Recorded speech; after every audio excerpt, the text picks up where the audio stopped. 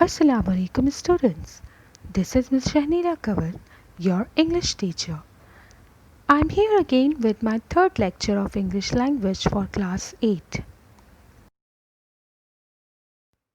Our today's topic is present perfect tense. Present perfect tense is used to indicate a link between the present tense and the past tense. Here we will discuss the structure of present perfect tense. If the subject of sentence is he, she, it, or a singular noun, then auxiliary verb has is used. If the subject of sentence is I, we, you, or they, or a plural noun, the auxiliary verb have is used. In affirmative sentences, the first thing which we write is subject. Then according to the subject, we add auxiliary verb which is has or have. Remember, the most important point in present perfect is we use third form of verb. So after has or have, we use third form of verb and object, and then we will add other parts of a speech. In negative, we write not after has or have, then add third form of verb and object and other parts of a speech. In interrogative, has or have will be written in the beginning before the subject, and after subject we write third form of verb and object, and question mark is written in the end. In interrogative, has or have is required in the beginning according to the subject. Then after subject we write not and third form of verb plus object, and then other parts of a speech, and in the end question mark. Here we have some examples of sentence construction in present perfect tense. Example number 1. She has brought the kitten home. Affirmative. She has not brought the kitten home. Negative. Has she brought the kitten home? Question mark. Interrogative. Has she not brought the kitten home? Question mark. Interrogative.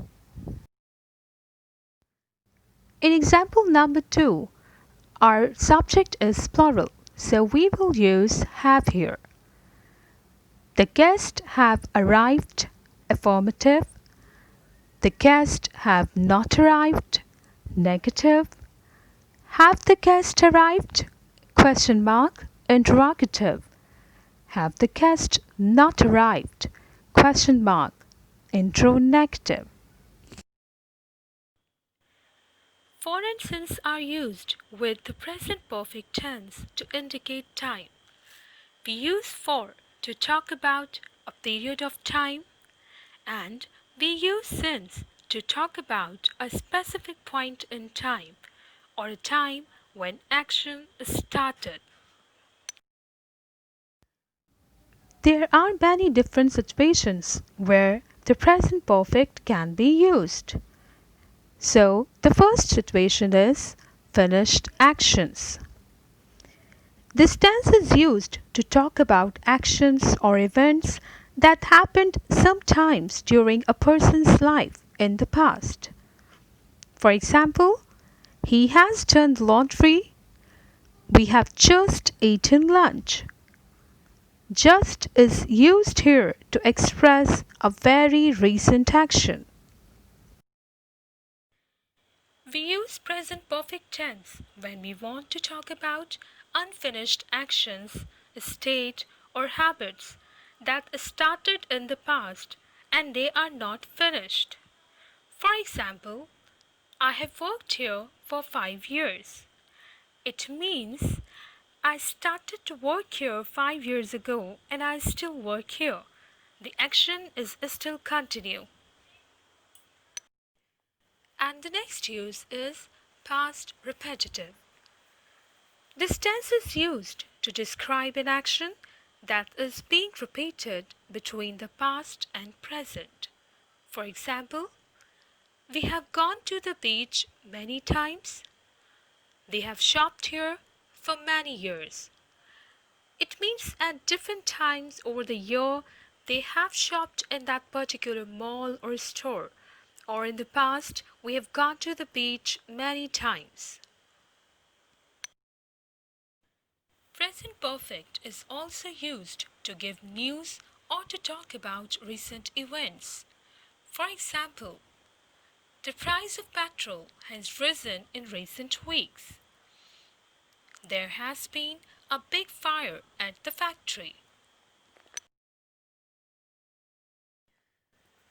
So, our new topic is translations.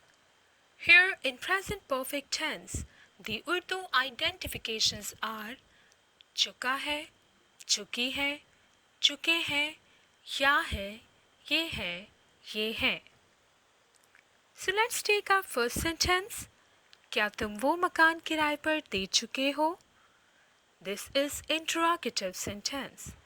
So according to the subject, we need to add have in the beginning of the sentence and add third form of verb, and don't forget to put question mark in the end as it is interrogative sentence.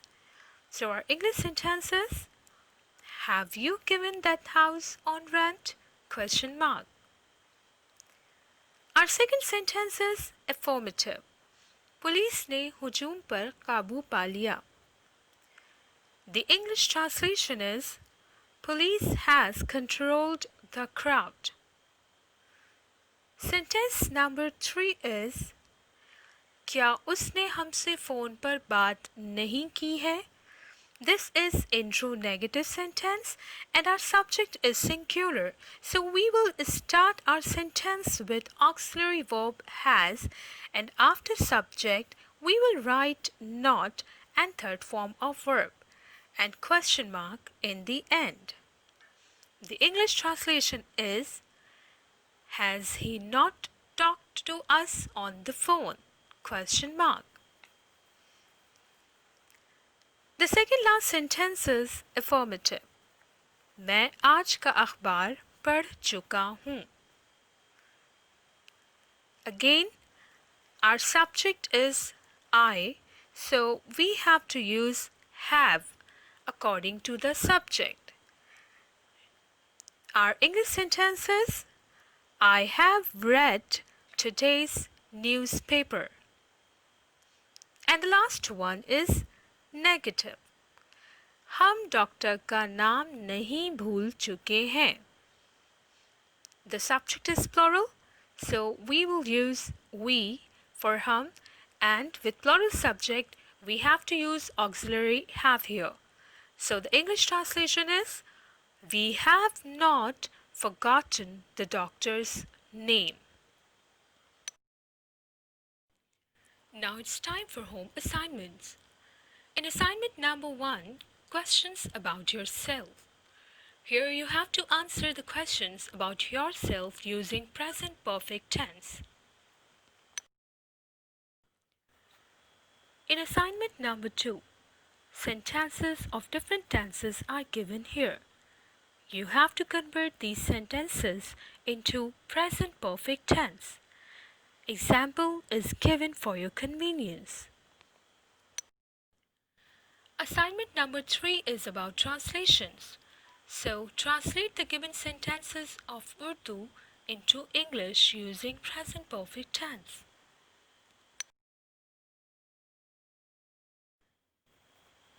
This is the review of today's lecture. In today's lesson, we have learned how to form the present perfect tense. We have also learned its sentence construction and when to use present perfect tense. We also got the idea how to translate Urdu sentences into English using present perfect tense. So, this is all for this lecture.